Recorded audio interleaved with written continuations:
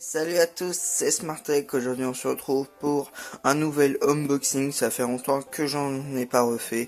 Aujourd'hui on s'attaque à du lourd, aux Zoro de Wireless de chez Newtek, et c'est parti.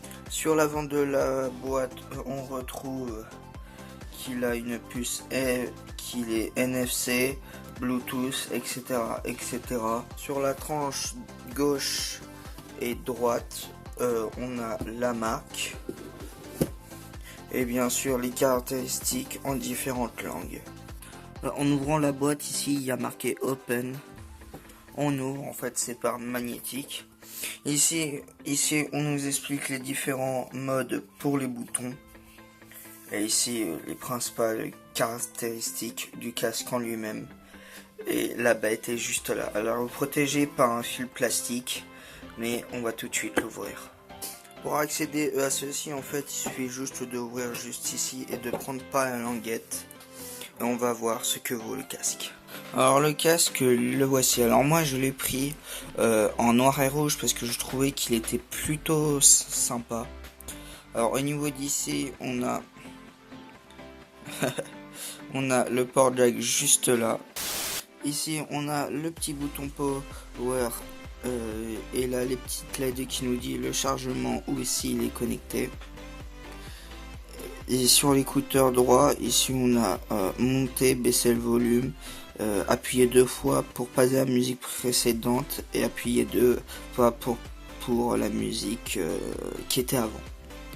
Une fois le casque déplié, voilà ce que ça fait. Donc il est pas trop lourd, hein. Franchement, je l'ai testé pendant 2 semaines, il tient pas. Donc ici, le petit NFC qui est marqué. Ah, l'autofocus merde. Ici, le logo de la marque et on va voir ce qui se trouve dans la boîte. Alors dans la boîte, qu'est-ce qu'on retrouve?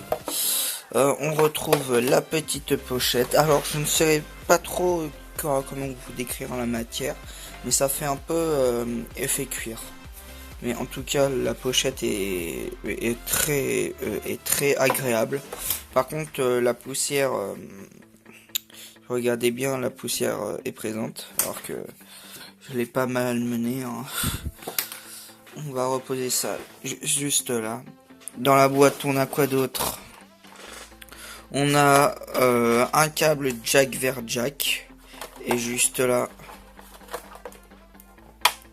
nous avons le petit truc de contrôle. Donc la télécommande là, c'est pour faire play pause.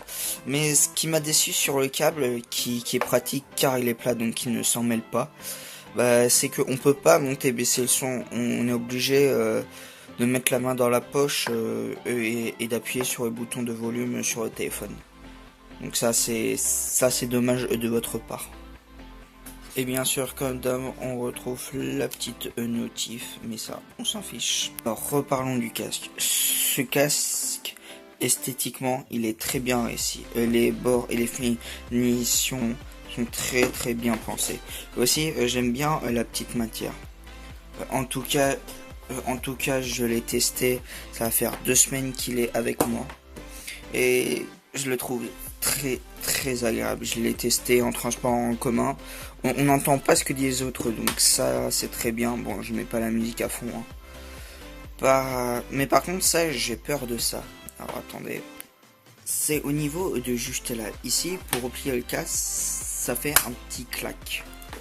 Et clac. Et hop là, on peut le mettre dans sa coche de transport. Le problème, c'est que à force de faire ça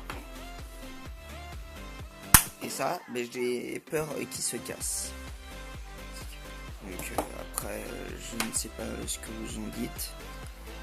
Bah, mettez votre avis en commentaire. Si vous aimé cette vidéo, n'hésitez pas à me le faire savoir en commentaire. Je mettrai le lien du casque en description de chez Amazon. Alors, quand je l'ai acheté, au lieu de 199 €, oui, il était à 109 €. Donc c'était une économisation de 90 €. Donc au fond, c'est ce casque hyper bien. Si vous aimez cette vidéo, pensez au pouce bleu, ça pourra avancer la chaîne YouTube. Partagez à vos réseaux sociaux.